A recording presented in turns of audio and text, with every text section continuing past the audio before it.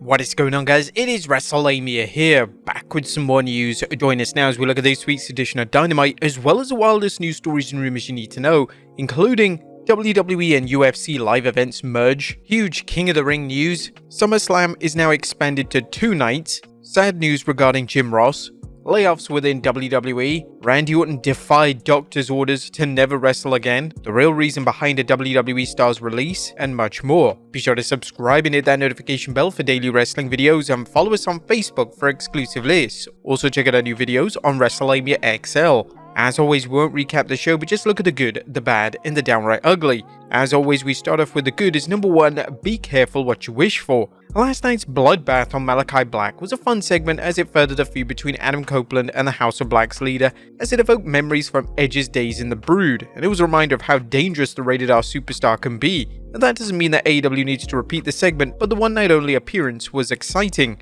Number 2, Prince Nana returns to help Swerve. Last night's segment where Prince Nana drove an SUV up to block Christian Cage's escape from Swerve Strickland was a clever twist, as it looked as if all of Swerve's allies had left him. While Prince Nana has traditionally been a heel, it's good to see him staying by the AEW World Champion side, and hopefully this isn't part of a twist where Nana joins the Mogul Embassy in turning on Strickland. The visuals for this segment were thrilling, including Strickland dragging the Patriarch out of his car for a much-deserved beating. Number 3, excellent build-up for Double or Nothing.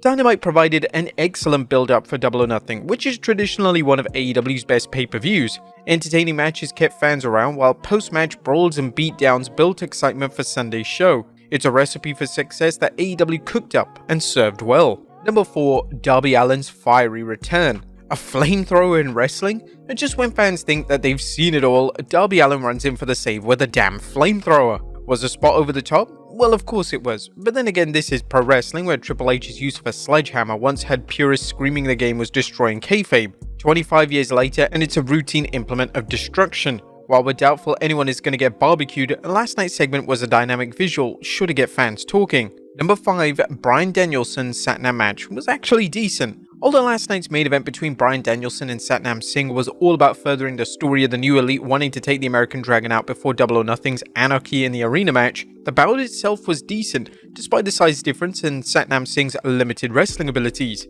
Number 6, a solid opener. Dynamite didn't dawdle last night with his opening bout pitting Orange Cassidy and Will Ospreay against Roderick Strong and Trent Beretta in a match with storyline and pay-per-view implications. While fans may wonder why Don Callis didn't send anyone in to help OC and Ospreay during the Undisputed Kingdom's post-match attack on them, chances are all will be revealed. Number 7, Mox's mic drop. Moxley's mic drop on Takeshita was a strong spot that worked because it showed Takeshita how unpredictable Moxley is. The current IWGP World Heavyweight Champion entered the ring after his match and looked ready to cut a promo. Instead, Moxley clobbered him with a microphone, sending a message that he'll do his talking in the ring. And Death Triangle is back. The Lucha Brothers and Pac are back together, which means fans are in for some exciting trios matches. Well, as long as Death Triangle can be healthy, always a big if. The talented trio should help energize AEW's trios division, which has been a bit stagnant. That was a good what about the bad is number 1, awful women's tag match. Toni Storm and Maria May's tag match against Saraya and Harley Cameron was weak and at times even ugly, as there were several noticeable blunders when May and Cameron competed.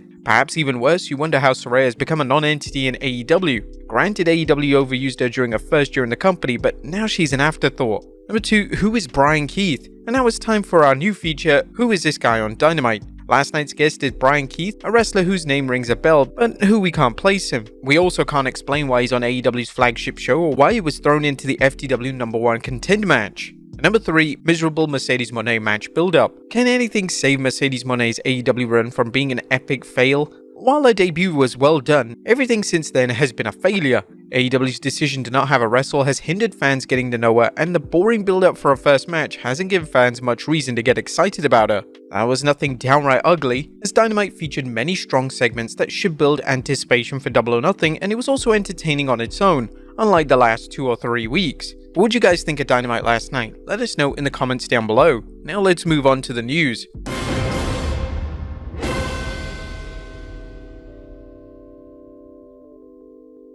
Our first story looks at big news for WWE events. Atop of today's news are 2 big stories on the WWE's live events, including a major change to SummerSlam. The first is that WWE and UFC live events have merged. Endeavor has announced that it's merged WWE and UFC live events into one unit. The The announcement read, New York business wire TKO Group Holdings Inc., a premium sports and entertainment company today, announced that it has integrated the UFC and WWE live events teams into one unit, creating one of the strongest live events portfolios in all of sports and entertainment. Now, this announcement isn't exactly a shocker, as Endeavor officials have previously hinted at running WWE and UFC shows during the same weekend. You may recall a recent story that WWE was considering moving PLEs from Saturdays back to Sunday. This consolidation should aid coordination of running shows and saving money by eliminating redundant staff. Next up, the King and Queen of the Ring actually mean something now. Now, instead of just being called King whatever and Queen whatever, Triple H has now upped the stakes for the Queen and King of the Ring tournament.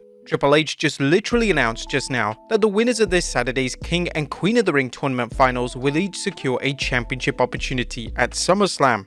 This is massive. Who do you think will become King and Queen of the Ring to get that title opportunity? Let us know in the comments down below. Next up, SummerSlam expanding to 2 nights. In other event news, the WWE is expanding SummerSlam to 2 nights. The WWE announced this just now with the location of 2026's biggest party of the summer. Breaking, SummerSlam is coming to the US Bank Stadium in Minneapolis, Minnesota for 2 nights on August 1st and 2nd, 2026. Whilst this is speculation, it's possible that Minneapolis getting SummerSlam was a consolation for the city not getting WrestleMania 41, although it was never confirmed. What do you guys think of 2 nights of SummerSlam? Is this getting a bit too much? Shouldn't the 2 nights just be reserved for WrestleManias? Perhaps even Royal Rumble at a stretch. Maybe having the Women's Royal Rumble on one night and the Men's Rumble on the other. Whatever the case, it seems like WWE are going to be doing 2 nights for all major PLEs soon enough. Next up, sad news regarding Jim Ross. Now, another breaking news, Jim Ross just tweeted, unexpected trip to ER in Norman this morning. Shortness of the breath. That's all for now. I will continue monitoring this story and send our best wishes to the WWE Hall of Famer for a speedy recovery. Next up, releases in WWE. Now, it seems that releases within WWE hasn't stopped just yet. As PWInsider.com has reported, there were a few layoffs, including some long-standing employees. It's not confirmed the divisions involved, but it was believed by one source to be more than one area of the company. There is no word whether departures are related to today's announcement that the UFC and WWE live events division are merging into one division going forward. Next up, Randy Orton defied doctors. Randy Orton's return at Survivor Series after an 18-month absence still has fans talking about how exciting it was. Well, that is until CM Punk returned. But he recently revealed, I had top neurologists telling me, you know what, you had a great career, you have a life after wrestling and you want to be comfortable. You don't want to be in pain the rest of your life. We're going to fix you back, but you're going to have to stop wrestling. The first 6 months that I was out, I had that in the back of my head and it was tough. It was mentally very challenging. Orton's recovery was slow and demanding, and his lengthy absence from wrestling fueled rumors that the Legend Killer's career was over, even though fans hoped he might return. Orton has made it clear he plans to stick around for a long time, and he also plans on working a full-time schedule. Although Orton has been unable to wrestle if he hadn't been cleared, his decision to attempt a comeback and subsequent success is a reminder of Randy's love for the game. Next up, the biggest problem in AEW.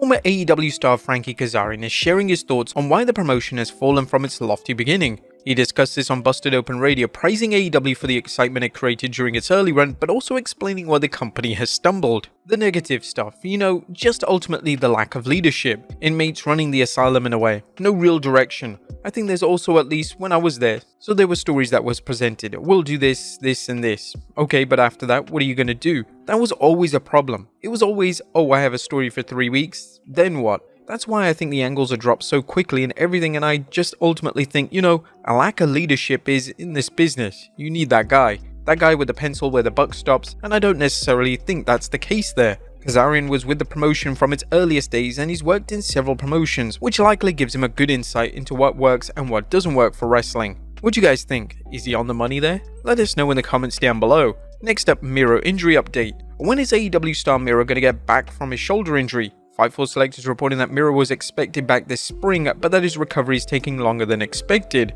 Right now, there's no word on a potential return date. Next up, the real reason behind WWE star's release. That was interesting news concerning former star Cameron Grimes. Grimes, whose promotion from NXT to the main roster led to a disappointing run on SmackDown, culminated with WWE releasing him. Ringside News is now providing an answer why Grimes was released. Cameron Grimes' reaction to Sexy Red's appearance at next week's WWE NXT show was a hot topic among wrestling fans. When speaking to a WWE writer, it was revealed to Ringside News that Grimes' jealousy and tendency to complain impeded his progress during his time in WWE. They also added, this is the behavior that held him back in WWE. Next up, a new role for Biggie. And while Biggie's return to wrestling remains uncertain, the New Day strongman isn't letting his physical condition stop him from pursuing other things. A new report from entertainment site Deadline indicates Biggie is set to guest star in the new Peacock comedy series, Laid. Congrats to Biggie on his latest endeavor. And finally, Sting's son training for pro wrestling. And last but not least, Sting's son Stephen Borden is training to follow in his father's footsteps. You may recall Stephen and his brother Garrett at AEW Revolution during his dad's retirement match,